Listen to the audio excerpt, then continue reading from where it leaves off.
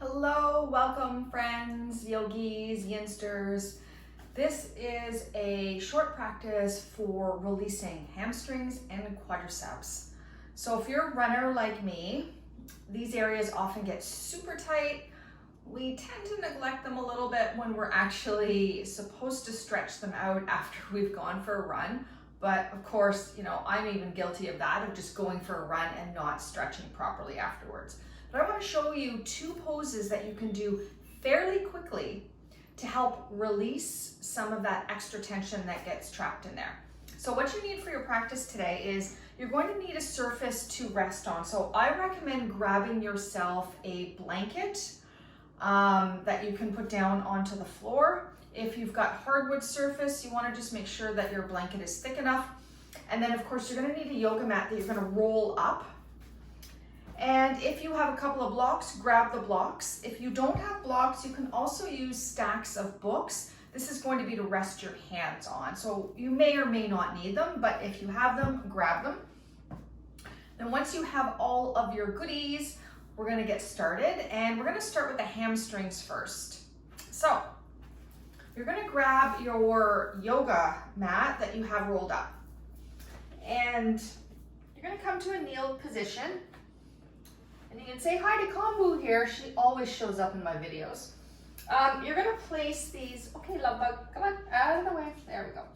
You're going to place the rolled up yoga mat, like as close as you can get to your knees, and then you're going to sit back on it. Okay. Now, if this is like already really intense, just to sit like this, you can always lean forward a little bit so that it's not quite as intense pressure. Okay. Once you're here, try to see if you can bring your knees and your feet as close together as possible. And then we're just going to do a little bit of rocking from side to side. You're going to start to feel that myofascial release through the hamstrings, but also through your calves, another area that gets so tight when we run. Okay, so just a little rocking from side to side. Nice, slow, long, deep breaths in and out through your nose. You can even close your eyes. Relax your hands onto your lap. And then just pause in stillness. And just allow the weight of your body to start to sink a little heavier into this rolled up yoga mat. So good. It feels so good to release. I find for me this is such a great pose to do because I can target my hamstrings and my calves at the same time. Okay, you're going to lift up a little bit. Just take that yoga mat and slide it down just about an inch. Just about an inch. And then again, you're just going to start to find a gentle little sway a little bit from side to side, just to start with. Just to activate some of that myofascial release. Starting to, activate and stimulate the connective tissue and the fascia. Remember your breath. Eyes closed if you like. A soothing breath in and out through your nose. And then pause and center. Sitting up nice and tall here, shoulders stacked above the hips.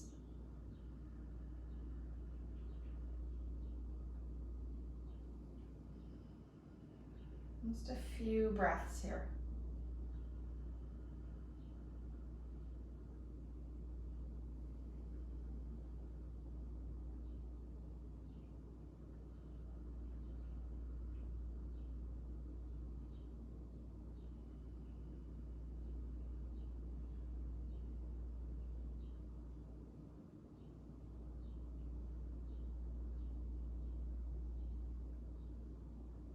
And let the eyes open, slowly come forward and take that yoga mat out to the side. If you want to roll it out and actually put it down onto your mat or over top of your blanket, you can. And now we're going to to come into a side lying position where we're going to actually open up the quadriceps and the hip flexors. So for a lot of people that have knee sensitivities or any kind of concern placing the knees on the mat, this is a great variation to a traditional like low lunge or dragon yin pose. Okay. I'm going to grab a block. I'm going to come down onto my left side here, and I'm just going to prop myself up to start with. I'm going to grab my block and I'm going to place it between my thighs. Now, if you don't have a block, you can use a thick mat or a towel or even like a rolled up blanket. You just want something that has a little bit of support to it so it's not just going to collapse, okay? And then from here, keeping your right leg extended, you're going to bend the left leg back. Now, for some people, this is already plenty. You want to try to stack the knee in line with the hip and the knees parallel one on top of each other. You can also take a hold of the foot if that's accessible. If it's not, you can also use a strap or a scarf if you have one close by, but it's not necessary. For some people, just actually letting the leg hang and be supported by something is already enough of a stretch through here. Only if you need a little bit more. Now, if you're taking hold of the foot, try not to shift your hips back. So you want to try to keep that straight line of hip to knee. Okay, so you're not torquing or creating a lot of pressure in the low back here. You want to think about length as opposed to getting really deep, okay? So if your low back is starting to feel like it's being stressed out here, let go of the foot.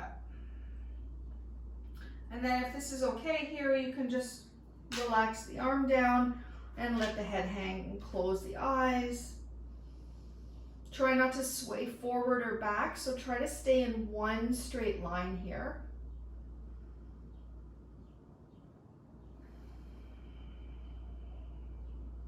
Now, any amount of stretching is better than nothing, even if it's like a couple of minutes. So good, because that is what helps to prevent injuries, and especially for people that run.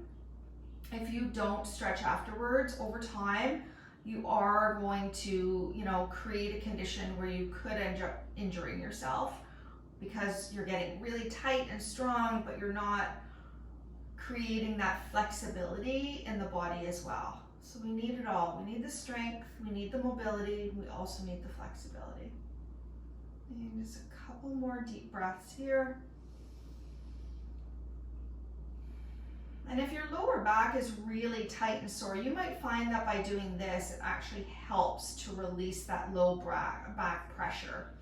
Okay, so often the low back is tight because the hips, especially the hip flexors, are pulling on the sacroiliac joint and just creating a more like compressed state. So this is really good posture for just releasing the low back. We'll take one more breath in. And one more breath out.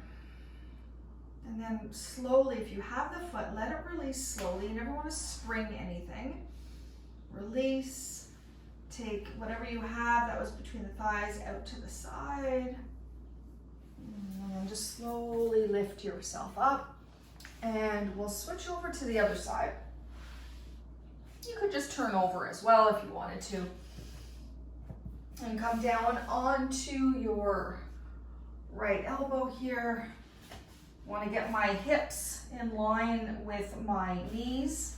I'm going to grab my block. I'm going to place it between my thighs, or again, whatever you have, just to keep a little bit of a separation there and preventing the body from just collapsing in.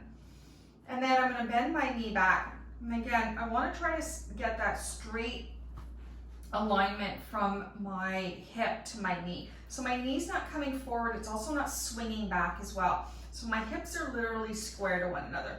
I can stay here, or if I want, I can take a hold of my foot.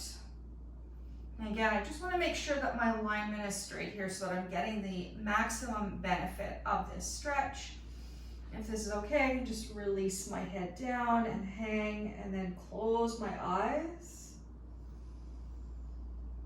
And just tune into my breath.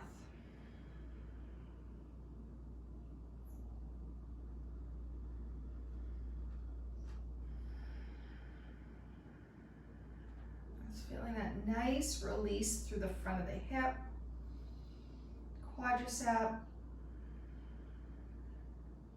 even up into my psoas. So just a really nice, gentle, effective way to release tension without actually, making your knees uncomfortable or putting any pressure there.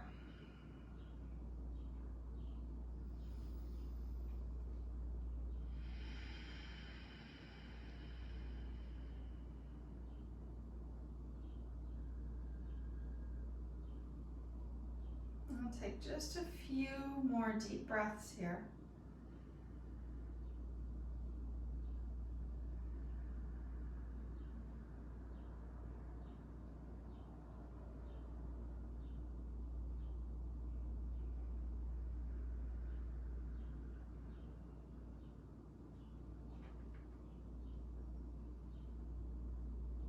Very slowly, if you have a hold of the foot, just gently release. Take the block out to the side, and let's just take a moment, roll onto the back, knees bent, feet just a little bit wide, and just rest the hands onto the body here. Pause. Just notice how your body feels.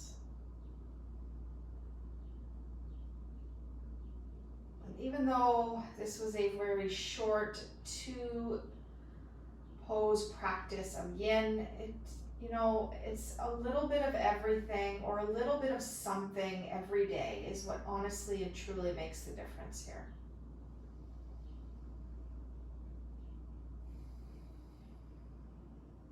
And hug your knees in towards your chest.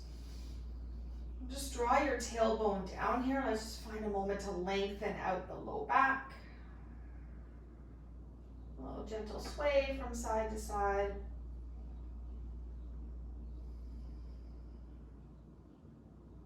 And then just slowly start to make your way up. Come up into a comfortable seat. Bring your hands to your heart center. And just take a moment to acknowledge that you did something for your body today. Just a gentle reminder that sometimes we often think that if we don't carve out, a significant amount of time on the mat, like 45 minutes or an hour, that it's just not even worth doing. I am such a huge advocate of getting on your mat every day and doing something, even if it's one pose for 5 minutes. That is better than, an hour-long practice once every couple of weeks. It's just being connected to your body is such a powerful and is such an empowering experience. And so thank you so much for taking time to practice today. There's a ton of Yin Yoga videos on my channel here. I encourage you to explore them as often as you need to. And please subscribe and turn on notifications so that you can get weekly updates of new, fresh content that I upload. Have a wonderful rest of your day. Namaste.